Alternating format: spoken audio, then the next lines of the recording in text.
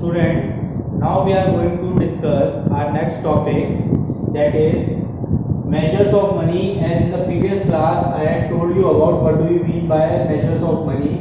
Now we can discuss it properly. As you know, measures of money in India we are taking only M1 alternative, as measure of money have 4 alternatives, M1, M2, M3 and M4, but we are only going to discuss about M1. So let's talk about M1. So the measures of money of M1 include currency with public. Currency with public means all the citizens of India having money with them, that currency is included in M1. Second is demand deposit with public in bank, means all the citizens are having their money deposited in the bank. Okay, जितने भी citizen of India होंगे सबके अपना bank account होगा, सबने अपना कुछ ना कुछ पैसा बैंक में जमा किया होगा. जो पैसा उन्होंने बैंक में जमा किया है वो भी इंक्लूड हो जाता है M1 में. Okay, that also include on the category of M1.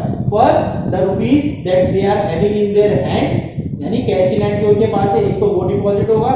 Second, जो पैसा कैश एट बैंक, यानी जो उन्होंने बैंक में जमा किया है पैसा, वो करेंसी भी इंक्लूड होगी. Third, other deposit with reserve banks. Now OD, other deposit with reserve banks are of 3 kinds. First is demand deposit with RBI for public finance.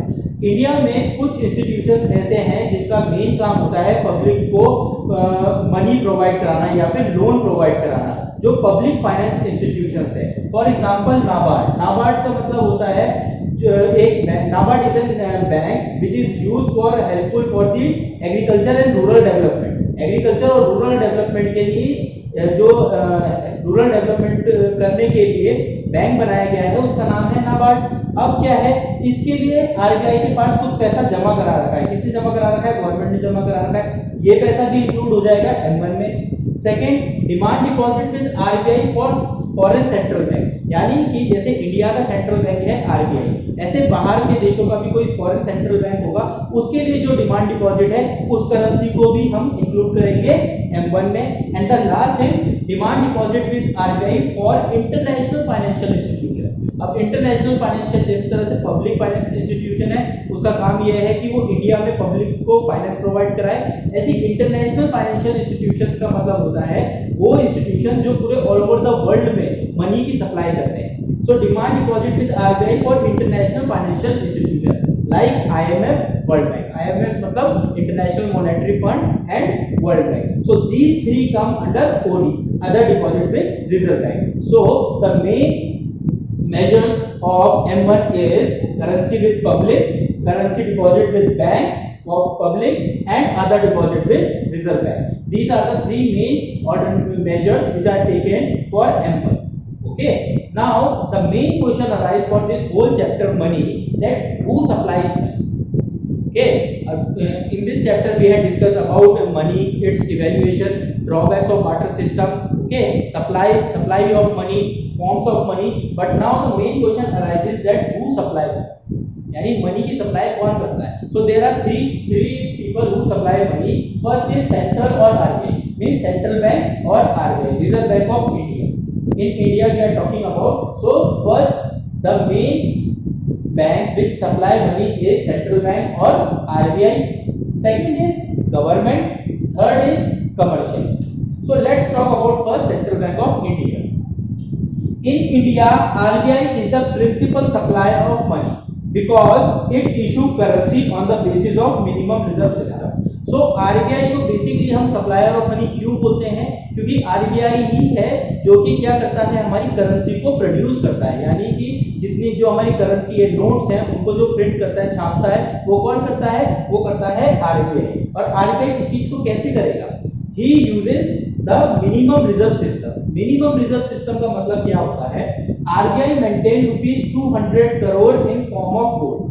Okay, so basically minimum reserve system के under में क्या है? minimum reserve system के under में ये है कि RBI को एक amount of money को अपने पास होल्ड करके रखना पड़ता है in the form of gold and foreign securities. वो अमाउंट है ₹200 करोड़. ओके, ₹200 करोड़ को आरबीआई को क्या है, ₹200 करोड़ की वैल्यू का आरबीआई को गोल्ड या फिर फॉरेन सिक्योरिटीज अपने पास रखनी होगी, जिसमें से कि 115 करोड़ की जो वैल्यू है value of gold must be rupees 115 crore, यानी 115 करोड़ की मिनिमम वैल्यू का गोल्ड तो इंडिया के पास, आरबीआई के पास रहना ही चाहिए, ठीक है। On the basis of minimum reserve system RBI issues note, okay. So first supplier is RBI, second supplier is government. So basically government, as you know, we are having a finance ministry who issue 1 rupee note and the coins, okay। जो हमारी finance ministry है government की, तो वहां पर वो क्या है, वो कैसे इशूअर और सप्लायर ऑफ मनी कैसे हुआ, क्योंकि वो 1 रुपीज का नोट को इशू करते हैं and the coins, and the remaining currency is produced by the RBI, okay. बाकी करेंसी जो भी होगी 2 रुपीज, 5 रुपीज, 10 रुपीज, 1000, 2000, 500, ये सारी करेंसी तो आरबीआई प्रिंट करेगी, लेकिन जो सिर्फ 1 रुपीज का नोट होगा और जो कॉइंस होगा वो कौन करेगा, गवर्नमेंट इशू करेगी। So again the government become the supplier of money. And last third one is commercial bank. Commercial bank means PNB bank, SBI bank, Kotak bank और your ICI bank, all these types of bank comes under commercial bank. They are not actually issuing the notes, but they help in creating the money. For example, when public deposit money in bank provide that money to the producers to produce more goods. After producing more goods, producer earn money, again they give back to the bank only. So basically the bank is a creator of money, not a producer of money, but a creator of money. Okay, bank का main काम यही होता है कि public का deposit को production की जगह पे लगाए, ऐसी जगह पे इन्वेस्ट करे जहां से वो पैसा डबल हो जाए, ओके, जहां से वो पैसा इंक्रीज हो जाए। तो जब वो पैसा इंक्रीज हो जाएगा, वापस वो पैसा किसके पास चला जाएगा, पब्लिक के पास जाएगा। So that's why commercial bank is also become an also member of supplier of money. So there are 3 types of supplier of money, that is central bank or RBI of India, second one is government, and third one is commercial. Okay class, in the next period I am going to discuss question answer of this chapter. Thank you.